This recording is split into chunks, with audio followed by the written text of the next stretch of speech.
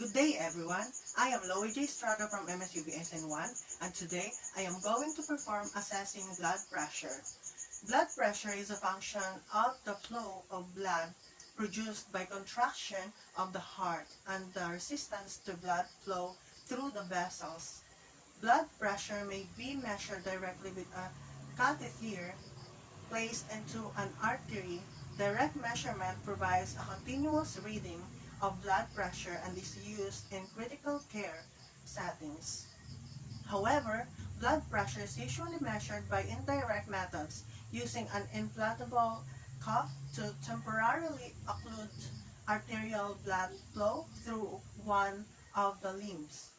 As the cuff is deflated and flow returns, the blood pressure is determined by palpation, auscultation, or oscillations. This is to obtain baseline measurement of blood pressure and to screen for hypertension. I am going to close the door to secure patient's privacy. I am gonna need to provide an adequate lighting and adjust room temperature for patient's comfort. So I'm going to close the door now.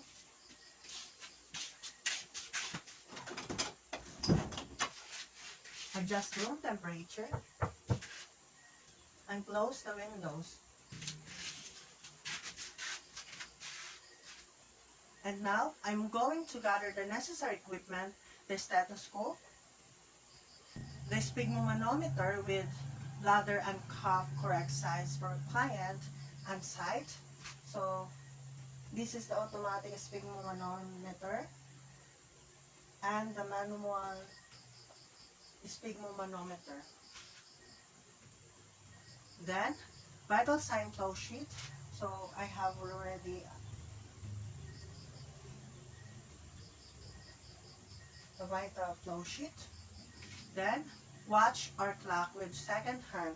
So, identify the patient and explain the procedure. Improve the patient's comprehension of health and responsiveness to treatment.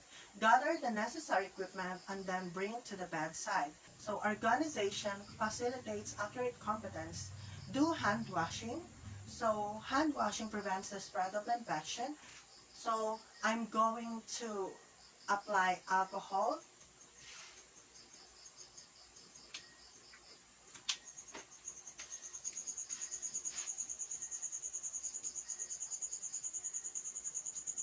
Place the patient in a comfortable position, lying or sitting, and position the arm at the level of the heart with the palm of hand facing up. Select the appropriate arm for BP taking. So I'm going to use the left arm. Preferably use left arm because it is near the heart. This is to make it easier to monitor certain areas of the body. So now, roll the patient's sleeve and expose the brachial artery. Accurate placement of cuff and stethoscope requires complete exposure of upper arm. So ma'am, I'm going to pull up the sleeves now.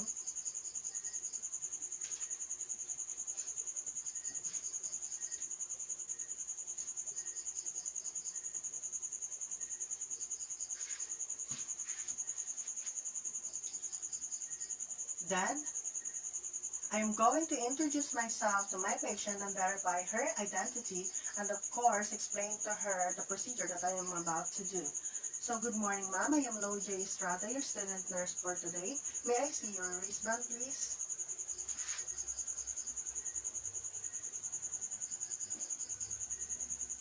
Please state your complete name and your birthday please. May 24, 2004. Okay, thank you.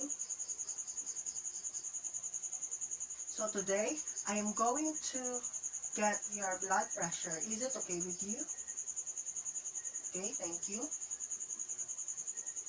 So taking BP by palpatory method. Center the bladder of the cuff over the brachial artery about midway on the arm so that lower edge of the cuff is about 2.5 cm or 1 to 2 inches above the inner aspect of the elbow. Wrap the cuff around the arm smoothly and snugly. Place the gauge safely and where it can easily be read. So, placing bladder directly over brachial artery ensures proper compression of artery during cough inflation.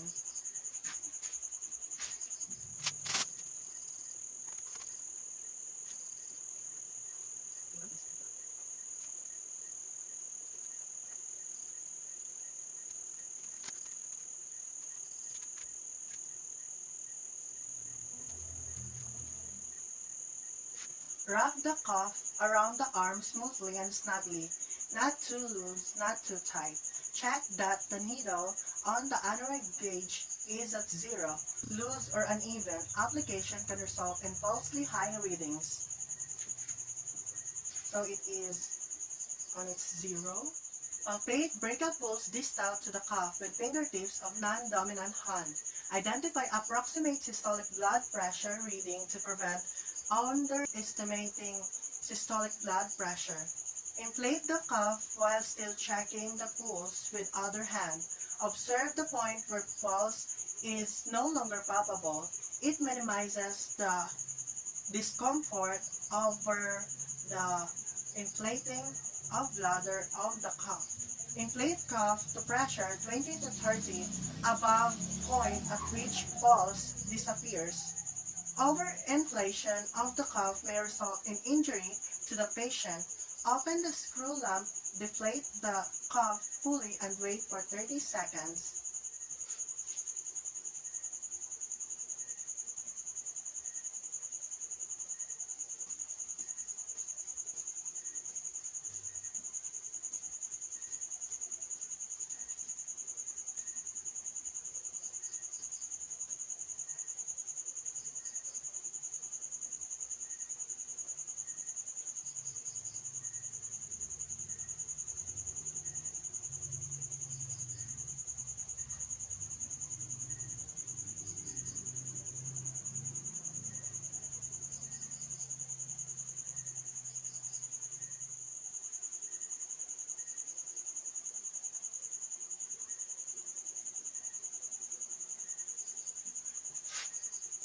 So,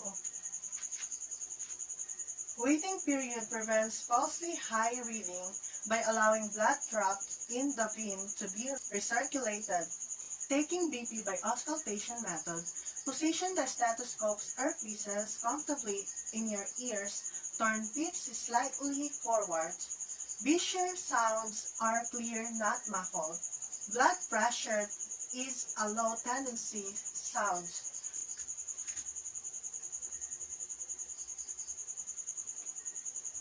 Place the diaphragm over the client's brachial artery, then do not allow the chest piece to touch, cough, or coughing.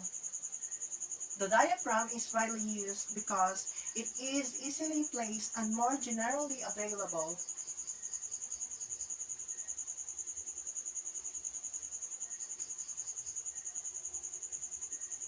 Close the screw clamp on the valve and inflate the cuff to a pressure 30 above the point where the pulse had disappeared. Ensures accurate assessment of systolic blood pressure.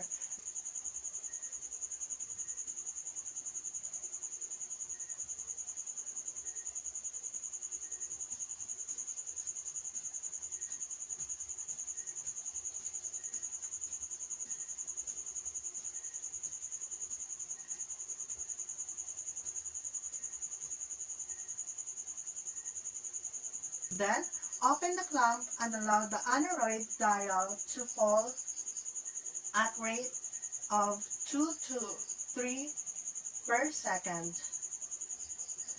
Inaccurate measurements may occur if deflation rate is too fast or too slow.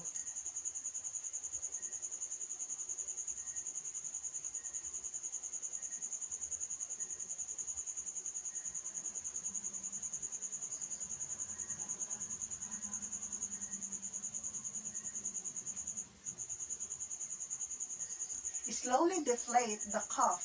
Note the point on the gauge wherein the first faint but clear sound is heard that slowly increases in intensity.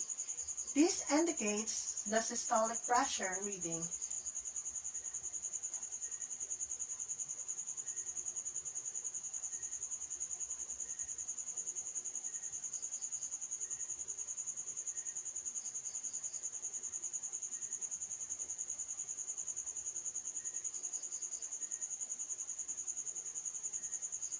Continue deflating the cuff and note the point where the sound disappears. Listen for 10 to 20 after the last sound.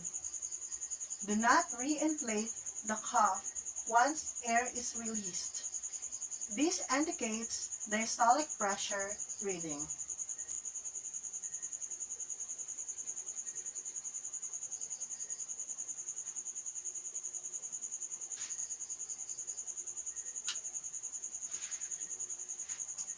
Okay, so ma'am, your blood pressure is 100/80. So it is within the normal range. Thank you. Release any remaining air quickly in the cuff and remove it. This is to prevent inaccurate reading for the next use. Repeat any suspicious reading, but wait for a minute before BP takings. Deflate the cuff completely between BP takings. Not allowing blood to refill in the brachial artery results in inaccurate reading. Repeat at the same arm for accuracy of the reading.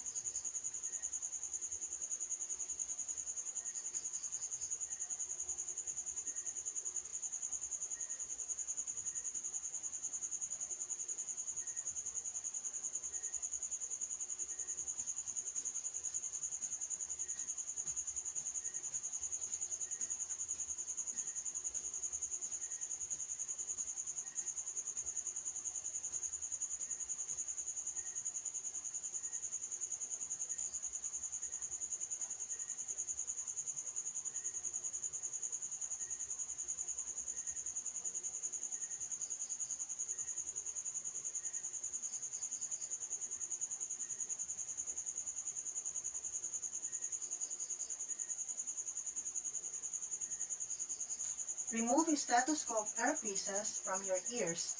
Remove cuff from the patient's arm. It is recommended that the blood pressure be checked and recorded in each arm during the initial assessment of the patient. Assist the client to a comfortable position. Advise the client of the reading.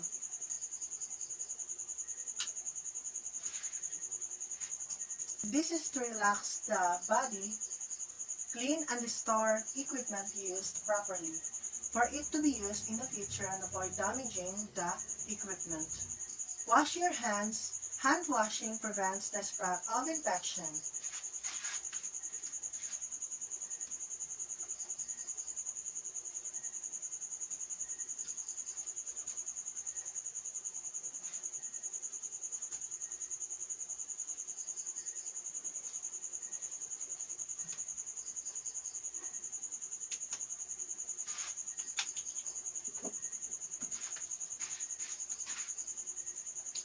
Record blood pressure taken.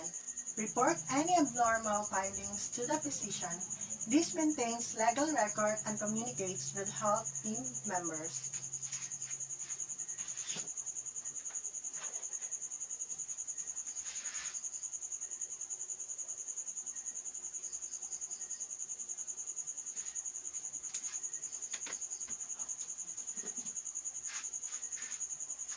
Taking BP using an automatic blood pressure monitor.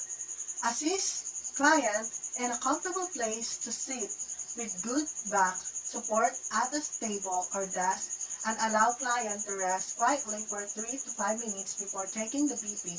This is to make it easier to monitor certain areas of the body.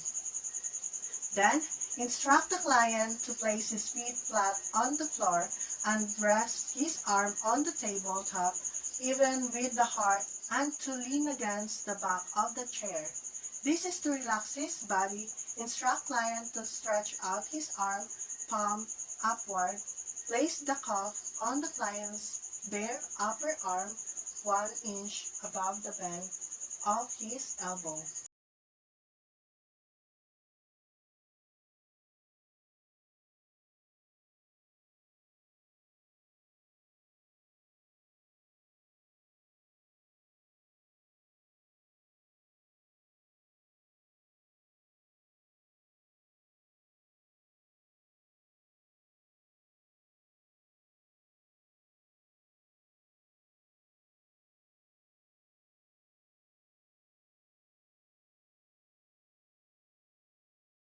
Placing bladder directly over brachial artery ensures proper compression of artery during cuff inflation. Make sure that tubing falls over the front center of the client's arm so that the sensor is correctly placed. The artery mark indicates proper cuff positioning. Pull the end of the cuff so that it's evenly tight around the client's arm. You should place it tight enough so that you can only slip 2 fingertips under the top edge of the cuff. Make sure the client's skin doesn't pinch when the cuff inflates. This is to have an accurate reading and in order to avoid harming the patient.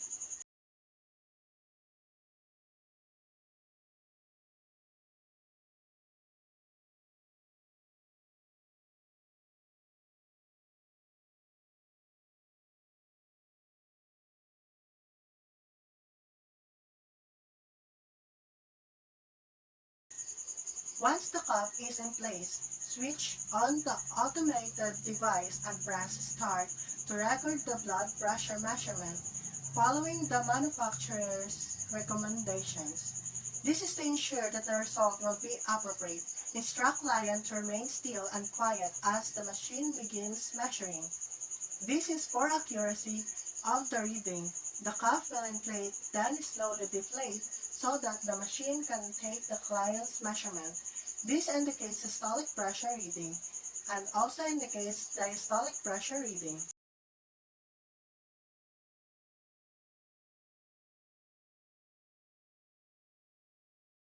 When the reading is complete, the monitor displays the client's blood pressure and pulse on the digital panel. This means that the patient has already obtained his blood pressure. Okay, so ma'am, your blood pressure is 100/89 and it is within the normal range.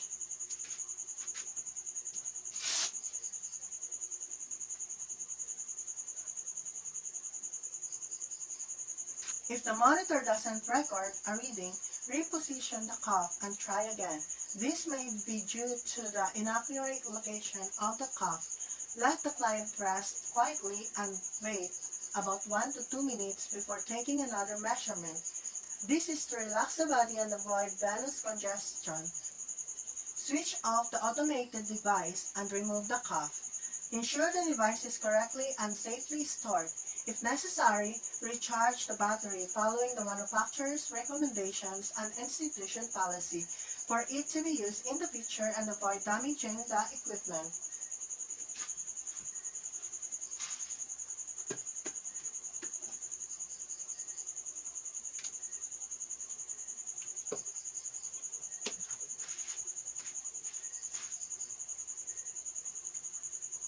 Record blood pressure taken, report any abnormal findings to the physician.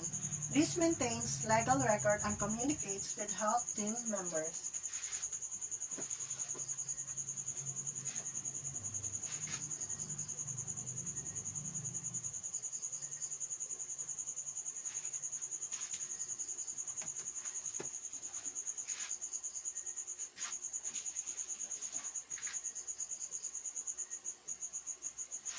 Measuring orthostatic blood pressure.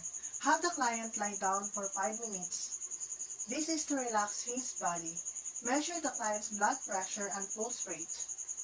Allow blood pulled in lower extremities to re-enter circulation.